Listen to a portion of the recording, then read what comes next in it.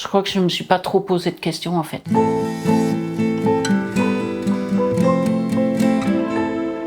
Ce qui me faisait peur, évidemment, comme je n'avais pas le temps d'avoir un cancer, c'est dans quel état je vais être. Et ça s'est bien passé, voilà, bien passé sur le coup. Et après, c'est en rentrant, enfin le week-end a été un petit peu plus compliqué, quoi, hein, parce que c'est nausée, pas envie de manger, mais pas aussi grave qu'on m'avait annoncé. Le mot chimiothérapie, c'était un mot que je pouvais même pas entendre. Et quand on m'a dit il y aura de la chimio, je me suis dit mais je peux pas vivre ça en fait. Je vais pas pouvoir le vivre en fait, la chimiothérapie. On avait beau m'avoir expliqué, je trouvais ça super long et je savais pas ce qui allait se passer après ça. Donc je suis repartie presque aussi en forme qu'à l'arrivée. Donc bon, jusque-là tout va bien. Et alors après, la fatigue, les nausées, ça y est quoi. Ça y est, on est monté dans le train de la chimio. J'ai passé 2 jours chez moi à pleurer. Comme s'il y avait un contre-coup de toute la tension que j'avais accumulée. Et puis, au début, j'ai passé trop de temps peut-être à lutter. C'est l'inconnu, donc oui, après on a ces images de femmes qui sont vraiment sans cheveux, qui sont toutes blanches, qui sont, on dirait au bord de la mort, quoi. Donc moi, c'était à 34 ans, j'avais pas du tout envie de ressembler à ça, quoi. Je m'y suis rendue avec mon mari, et en fait, on m'a annoncé qu'il pourrait pas venir avec moi. Et là, je suis tombée sur une infirmière vraiment très très sympa. Elle m'a dit, écoutez, si la première, c'est pas grave, je prends la responsabilité, il peut venir avec vous. Donc on m'a mis vraiment dans une chambre, ça s'est super bien passé, mis à part le stress forcément. Mais pas d'effet secondaire plus que ça, après 2-3 jours, enfin vraiment, ça allait quoi.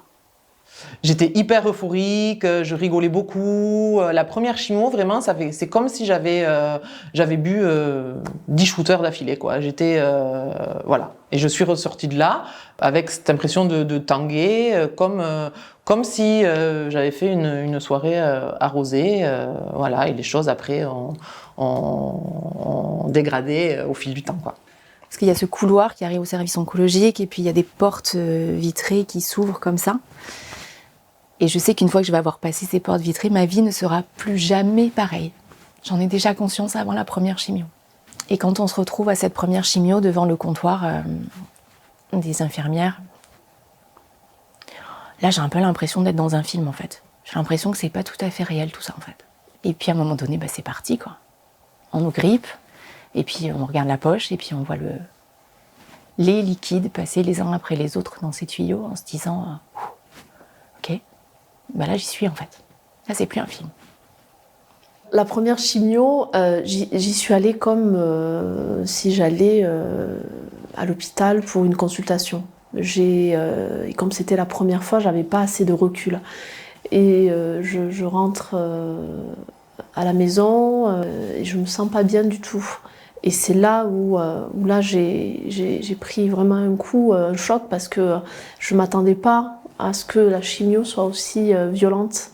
Et là, ça a été pour moi difficile, très, très dur. Je suis restée presque une semaine au lit. Et je pense qu'on ne m'a pas assez préparée à la première chimio. Et moi, j'ai pris ça un peu à la légère. J'avais vraiment envie de commencer pour me rassurer aussi, parce que c'est toujours angoissant de se dire qu'on a des tumeurs qui sont croissantes et que ça peut toujours se développer. Donc vraiment, le début de la chimio, pour moi, marquait le début de la fin du cancer. Quand j'ai reçu la première dose à 13h, je rentrais, j'étais contente. Je me dis, oh là, j'ai pas les effets secondaires et c'est déjà quelque chose de bien. Mais voilà, à peine que j'ai franchi le seuil à la porte, oh là là là là. Là, je ne peux même pas décrire cette douleur, mais cette sensation qu'on me torturait, quoi. Ça a commencé des pointes de mes pieds jusqu'au cerveau. Je ne voyais rien du tout, avec des hauts de cœur, du mal de cœur, mais comme pas possible. Alors on m'a dit, vous allez le sentir, mais je me suis dit, bon, ok, j'ai pas forcément fait attention, mais effectivement, on le sent, le produit. C'est des orteils jusqu'à la tête, une espèce de chaleur, mais qui se transforme en fourmillement. Je ressentais le produit agir, c'est fou cette sensation. Et la chimio, vraiment, j'avais pas envie. Je voulais pas y aller, ça me terrorisait. Et je me rappelle, j'étais dans le couloir et je me disais, tu peux faire demi-tour. Je voulais faire demi-tour. À chaque pas, je me disais, mais barre-toi. Et en fait, je crois que c'est le moment où j'ai été le plus courageuse, en fait. C'est-à-dire que maintenant, par exemple, quand il y a quelque chose qui me pose un souci, je me dis, mais rappelle-toi que ça, tu l'as fait, en fait.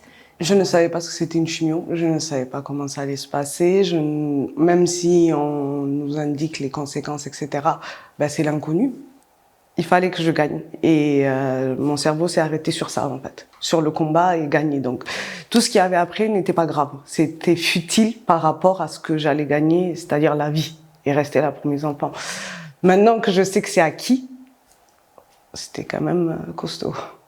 J'avais l'appréhension alors pas de la chimio en elle-même, le moment où on fait le traitement, c'était tout ce qui arrivait après. Du coup, j'y suis allée avec beaucoup d'anxiété et on se dit, c'est ça ou je suis plus là. Et on se dit, on va y arriver. D'ailleurs, je suis sortie moi de ma première chimio et j'ai dit, bon, si c'est ça, ça va le faire. Bon, on ne sait pas ce qu'il y a après, mais voilà, j'ai dit si c'est ça, franchement, je vais y arriver.